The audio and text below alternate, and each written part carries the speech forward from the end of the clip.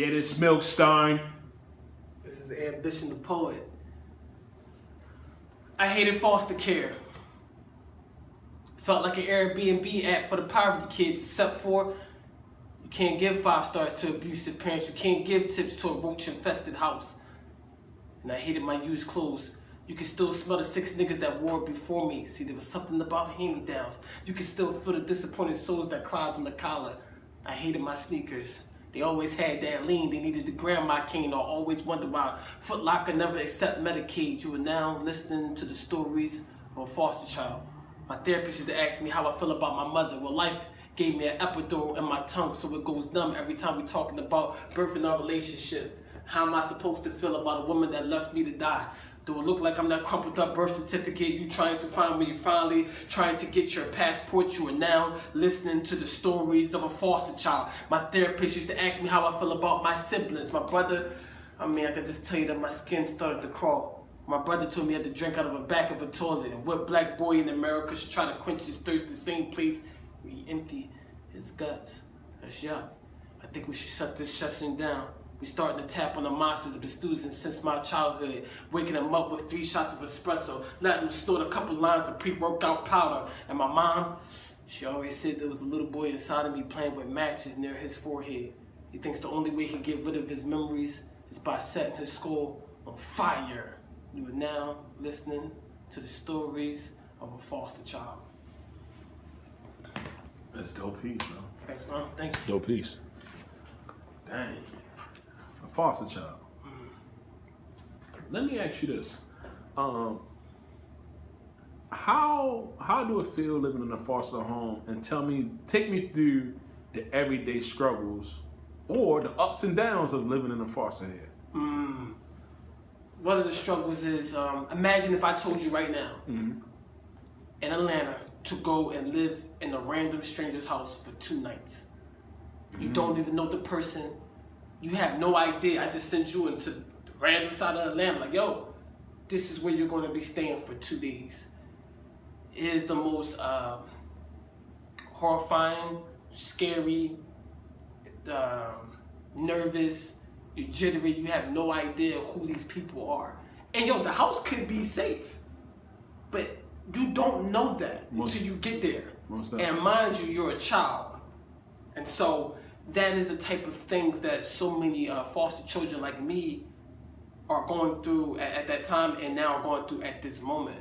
You know what I mean? And so I wanted to do that piece to introduce myself to, the viewer as a foster child, because when I came on the poetry scene, no one was really telling that story.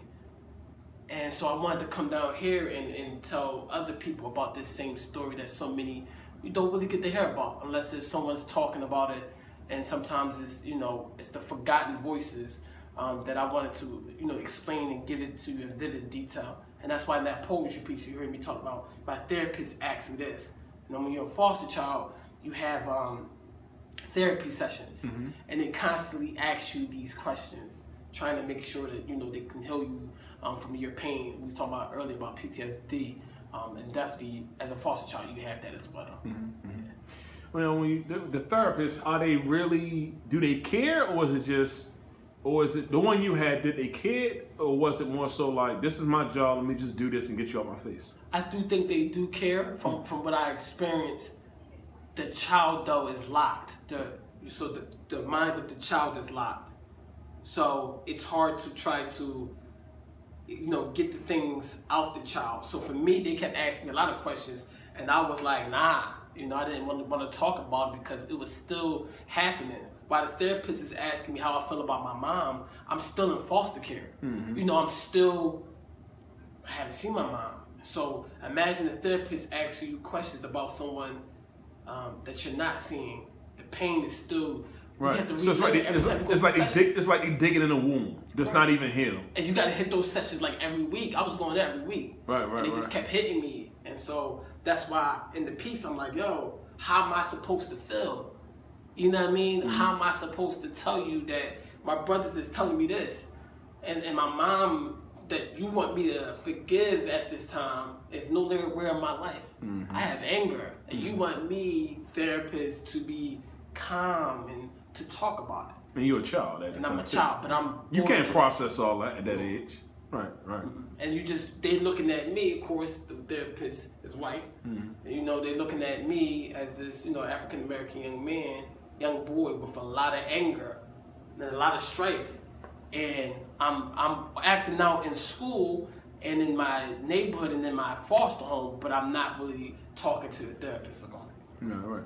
When you say acting out, give me some examples of some of the things you did or done while acting out, crying for attention unknowingly.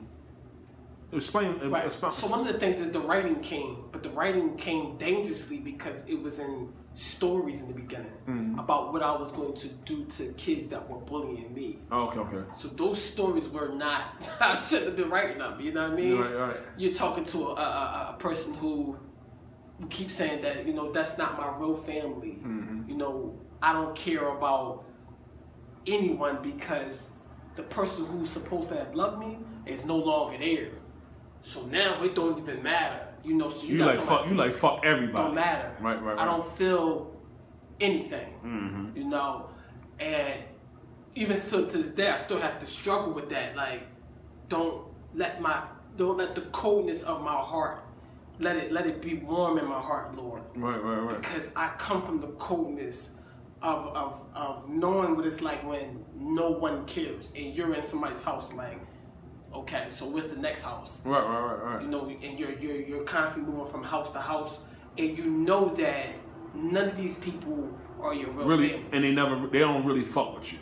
Nah, I mean they fuck with you, but they don't fuck with you. Right. You know what I'm saying? Imagine having somebody, it's like a guest. Like, guest, I'm gonna treat you good for the weekend, but on Monday, it's time for you to leave. Yeah. You know? You know what? Let me ask you this. It's crazy the way we broke that down because I never heard nobody break it down. Like, in fact, I never heard nobody talk about foster care like that. You know what I mean? Going into detail like you going into detail.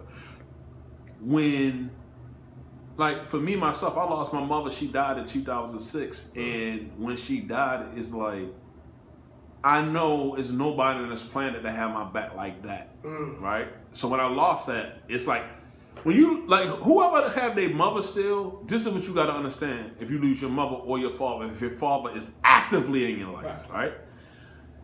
When you lose one of those two pieces, it's like a masterpiece.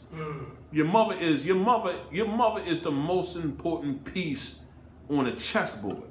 And if something happens to that, it can fuck you up. So for you to say, you looking at everybody like, I don't like, if you can't trust your mother, nigga, who you trust? Right. So I understand that thought process because my thought process is like, I lost my mother, so now that's the only person I know for a fact got my back. Right. With no strings attached. No strings, no hidden agendas, not if I don't do this and I don't live up to this, I'm not getting this, but more so, I got your back fucking hands down, right? So my question to you is, have you and your mother since then talked and also healed through the process of whatever y'all been through together? No, we have talked and I met again, but for me, my healing came from being able to see her again, understanding where she is mentally, and forgiving her and moving on. Because I do have a amazing foster mom who adopted me. Okay. We call her Mrs. Pinckney. But she is my mom forever and did a great job building me up and instituting self-love and self-confidence and battling me literally in the battlefield of the mind, because as a foster child you're struggling on that battlefield of the mind and the heart. My mom was really particular good at that. But my biological mom, she's still in the facility today. She's still not, as well as she should be, or could be. But I understand now that being angry at her is not it's wasted energy. And with all due respect, what I went through created me to sit right here today talking to you and so many others about foster care and making sure that that people who went through the system or is going through the system, I can help and try to guide and offer something. Right. That is the biggest thing about my creation process. So, you know, man, and I'm thankful for the things that have happened to me, to be honest with you. Because I know where I'm going and what had to happen to become that. You know what I mean? Right. You basically, you know, the way you see it is kind of how I see it. Like a lot of shit I've been through, you just put in a pressure cooker to cook faster, baby. Right. That's all it is. When you going through struggle, right, you put in that motherfucker pressure cooker. What you gonna do? Right. You gonna buckle or you gonna stand up? Facts. That's it. And I was not going to buckle. Yeah. So I knew I had to say something about what I went through. I wasn't going to let life happen to me and then go to bed and sleep and wait till I die and then you hear nothing. Nah, I was like, oh, we definitely have to tell the world how this went down. Right. And how I'm going to help people and not be a silent voice. You know what I mean? I had to do that. Let me ask you this. Do you understand, like now that you're older, do you understand the thought process of your mother just not knowing certain things? See, the thing is, we get wrapped up in we get wrapped up in, not you, I'm just saying, I'm this broad. We get wrapped up in how I feel, but not really take the time to understand a person's thought process on why. I can see why you fell victim to that. Right. You understand what I'm saying? Like a lot of times we put our mothers, fathers, friends, cousins, different people, our best friend, all these different people on pedestals, but not looking at the person for who they are and saying, I can see why you did that, right? And not necessarily, like, I'm not mad at you or I don't feel a certain way about what y'all been through, but I can understand why you did that. Right. Have you went through that in your mind yet? And I tell you, this is why I was myself in my childhood and still to this day, who I associate myself with. I don't do drugs. I mean, I drink, but I can't even play with weed for me.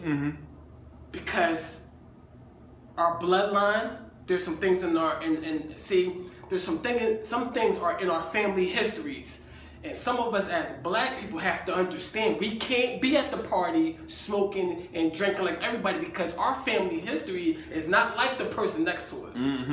So one of the things I know was, my family history is telling me we can't play with the drugs because we get a little busy. We get, in my history, as I start learning about, we get a little busy. We get a little bit too much drinking. So one of the things is I understood from her is because now you got to remember, I'm born in the 80s and you know, at that time, as I do the research, Philly, Baltimore, New York, as you know, crack and drugs was everywhere. And it was normal. It was like our weed. It was normal. So imagine now the weed that people smoke today technically is crack. And everybody's doing it. It's at parties, it's at it. So now I get to understand. So, okay, so. Hold on. To add on to what you're saying. Popping pills, lean, all that shit crack too. Right. Yeah, but go ahead. So now I'm starting to understand now. So y'all party scene back then ain't like mine's now. And I understand that you got involved with certain people that you shouldn't have been around with. And some people did get on crack in that time and did some drugs and was able to get off it. My mom, unfortunately, wasn't at the time. Most definitely. You know what I mean? And so that doesn't mean that she wasn't a good person. That means that she got caught up in the situation. It means she couldn't. She's still fighting a demon that's on her back. Correct. That's what it really is. Right. Like we all fight different demons, and some can shake a motherfucker, and some just on your back and won't let you go. Absolutely. It could be drugs. It could be food. It could be bitches. Sex. It could be. I say bitches. Excuse me. It could be women. It could be men. I was gonna say niggas, but it could be men. I mean, like if you're a woman, you promiscuous. It could be that. It could be clothes. Just different shit. It's just different levels of demons. I'm sorry. Go ahead. Right. So now I understand. Who am I to judge?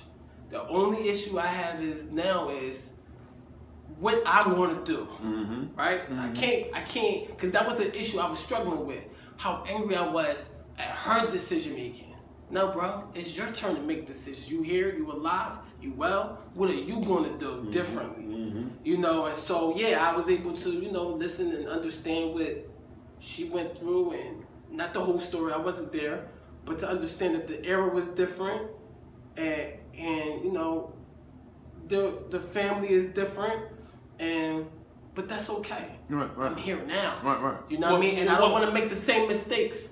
There's no way that I can go through foster care and then end up on drugs, because that doesn't make sense to me. That means as the second tier generation, we're not learning from the ladder. Mm-hmm. So that's why I don't understand why some of us get into these things, because we saw literally our parents and our family fall from the era of drugs, and then continues to. So I was like, no, I can't do that. I gotta be different. Right. And so that's kind of where I'm at today with that. Yeah. But it's funny you said that, because the way, this is what I mean when I say digging into the thought process of your mother. Like you have the ability to say, nah, I ain't fucking with that, right? Another motherfucker be like, I can fuck with it and I can handle it. Right. You understand? It's like, but there's more people that say I could do what she did or my mother did or what my father did and I can handle it, opposed to taking the approach that you take, saying, I ain't fucking with that. Right. Because I don't really know. How do you really know who you really, like, do you really know your family history? Do we really know who we really are? You don't until you start discovering it.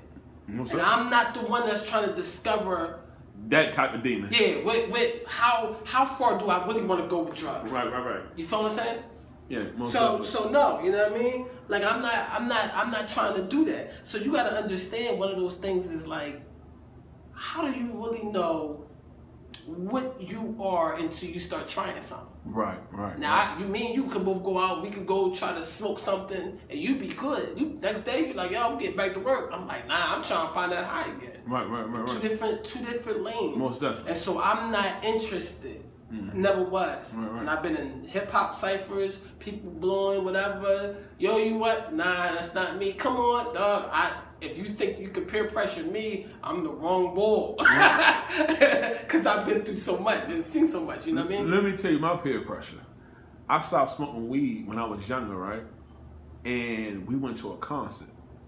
And the girl I was messing with at the time, she was Kevin Lyle's niece. Wow. And I thought she was lying. I didn't know who the fuck Kevin Lyles was at the time, because at the time, executives wasn't known like that. Right. We ain't know who. They kind of like. Yeah, we ain't know who behind was the scene, right? So she knocked on the back door. We walked in, and Redman came and answered the door, let us in. It was Red, Meth. It was a whole bunch of fucking people in there, right? And I don't know if it was. I think Redman was like, "Here you go, Ray. I'll pass you the blunt." And I was like, "Damn." To say I smoke with the brothers that I looked up to. Yeah, that I looked up. At this time, they had the tip pinnacle, right? Yeah, not looked up to. I would say more so, which is proud of. You know what I mean? But I was like, nah, I'm good, bro. Get that shit to somebody else. I'm good. So that's what I mean when you say, but that's you being a man, standing on your shit. Like, I ain't doing that. That's not really me. That's not what I do. You know what I mean? I'm good. I don't know what you're talking about. Like, peer pressure somebody else. I'm not that dude. My mind is too strong. Right. For you to ever peer pressure, it could be a million people with whatever out. It's not happening. Right. I'm standing on that. Let's rewind, because we went fast forward. Let's rewind it, then we'll come back to where we at. All right. First of all, where were you born? So I'm born in Philadelphia. Okay.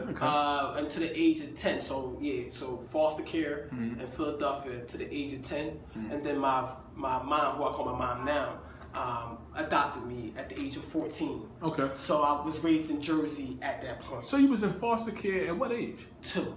Shit. 2 all the way up until about 14 is what I say 14 is because I was adopted, but I met my mom at the age of 10, 11, and then you go through the process before you're actually adopted. Let me ask you something that might sound ignorant.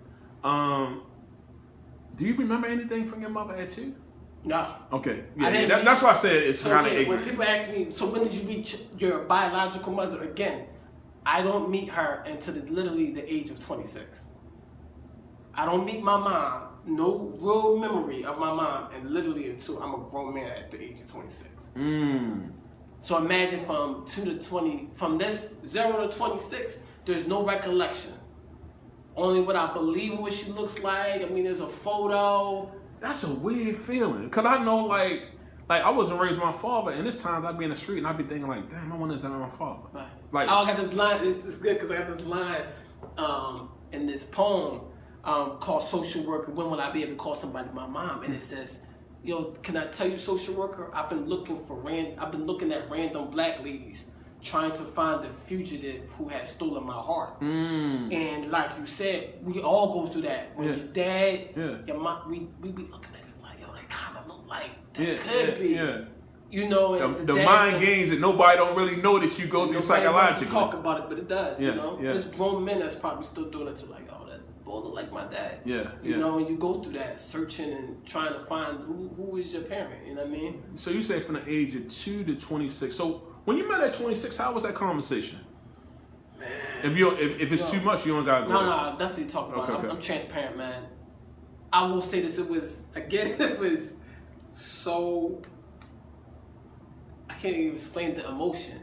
Nervous, happy, the jitteries, you know, the jitters, I don't know what this is gonna be. I'm still angry though, because I want questions. I want answers now. And I'm a grown man. You left me in the dark. I could have died.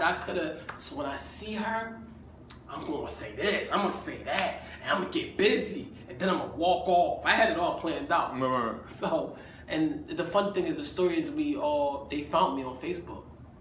My family was lost for mad long. They only found me on Facebook, and then that's how I ended up meeting other people. And then we had like a little reunion in Northeast, right outside of the northeast part of the city of Philly. So we meet, and she didn't even recognize who I was. She looked disheveled. Her mind was not there, it seemed like. It was confusion.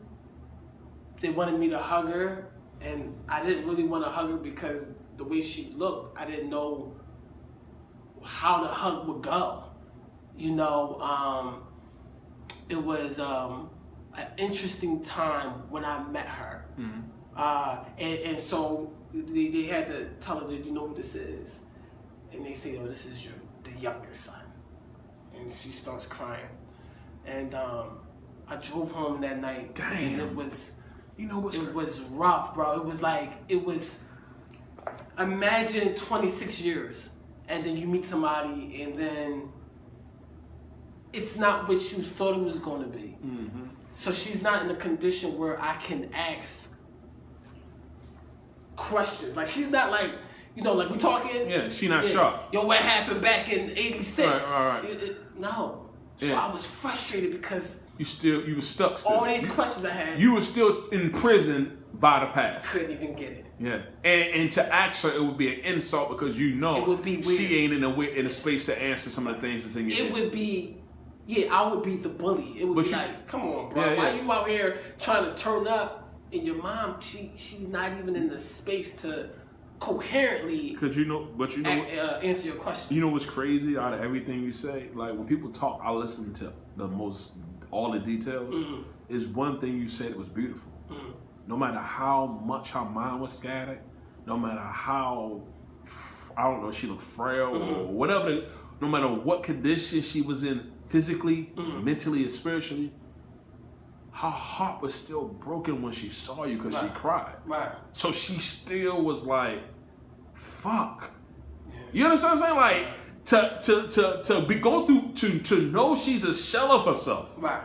And they say, this is my son, this is your youngest son. And for her to still be able to pull that emotion out still, to have the mental fortitude to dig there and still have that emotion, that shows me like, oh, it's still there.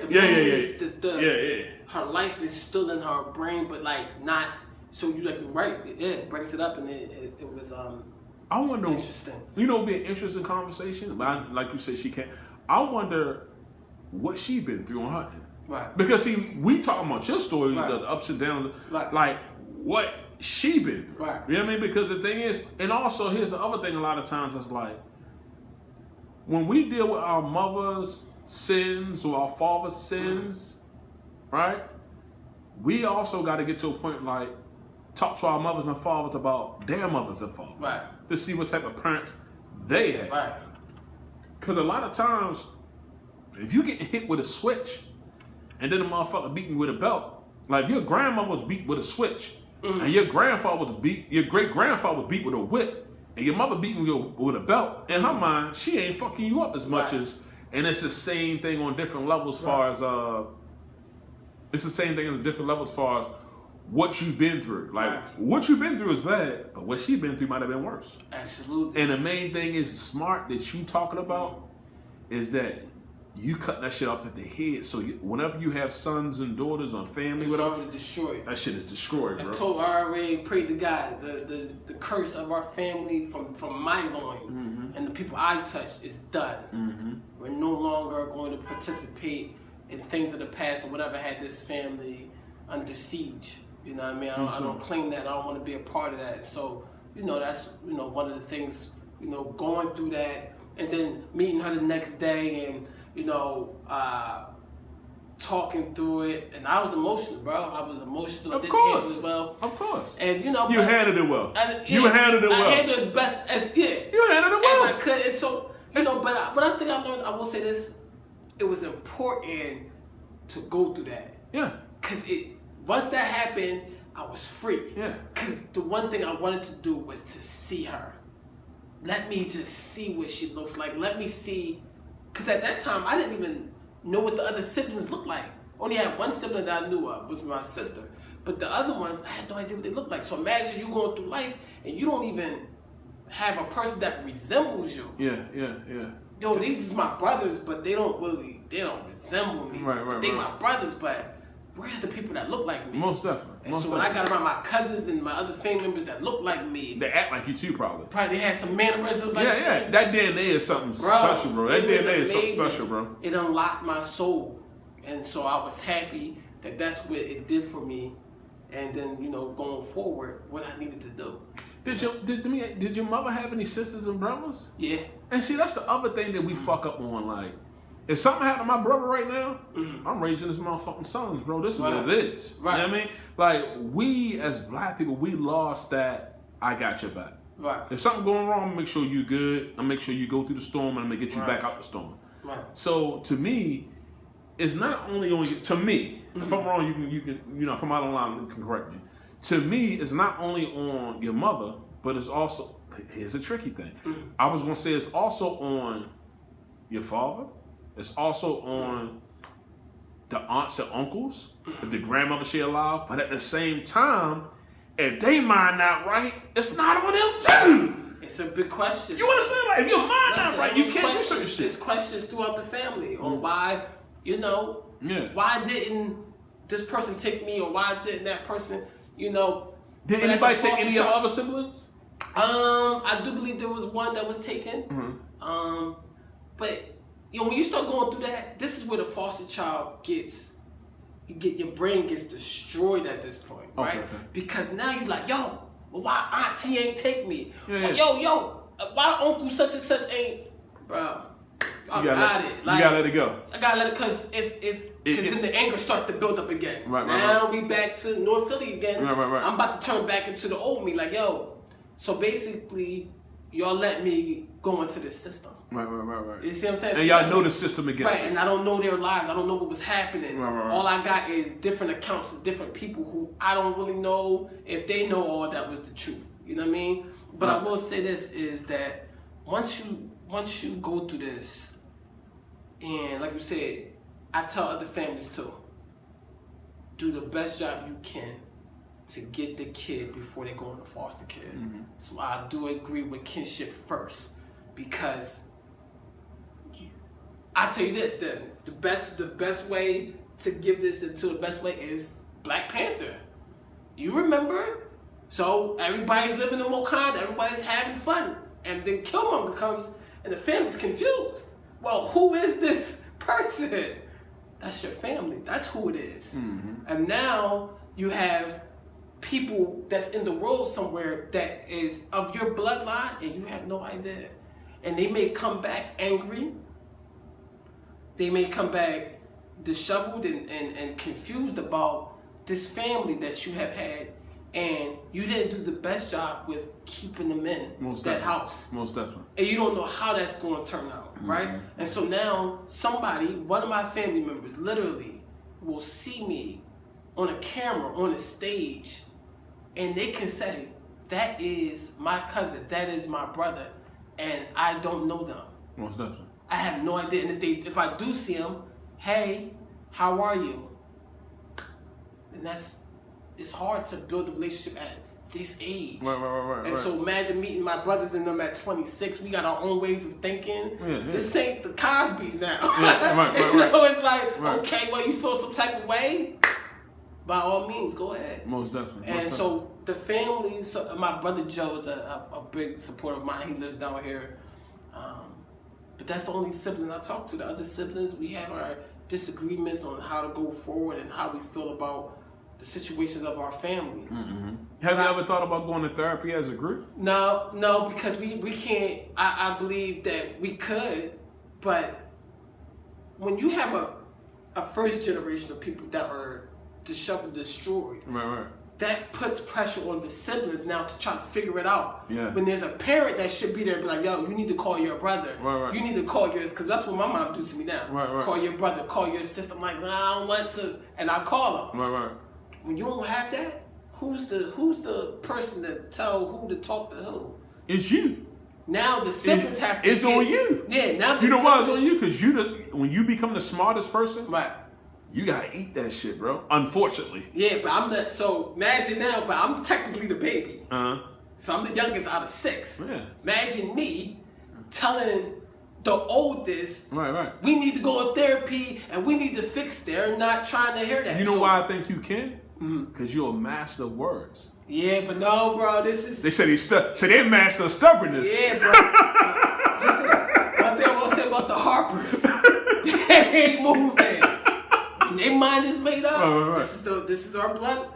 It ain't no changing that, bro. Right. I mean, I believe through God and, we pray, I'm sure. Yeah. But, bro, by all means, it's okay. Right. I love everybody, and sometimes, you know how family is. Family just different. Family is family. People just different. Different. And it's family. It's not, But one thing, well, the whole shit, everything you're saying was some real shit. But the real shit you said that broke it down is like, if the infrastructure fucked up, the whole shit fucked up. And then you gotta try to fix it. And it's hard because you don't know how to do it somewhat. Right. Yeah. I don't know. These are grown men that I'm trying to. No. So it's hard. It's very hard, and it's a difficult process. And all I can say is, like, yo, I got love. I don't want no problems. You know what I mean? And go on and really try to help other people not make the same mistakes that my family has made, and be real with and be honest with that. That, yo, every story don't end well. My joint did not end well. This is not no, oh, we all happy now and we're going to Disney World. Right. It's still broken, but I'm good. And most of my siblings are good. They're healthy people. And I'm glad to see them, even though I don't speak to them, and, the relationships are not the best. They are still doing well. They're living. Some of them are married. Some got kids. That's all I wanted. They're not around walking on drugs and all that. Most definitely. And so I'm glad to see that, Most definitely, bro. Definitely. Most definitely. So you said, there's one thing you said that I was going to ask you about. You said going back to the old you from Philly, right?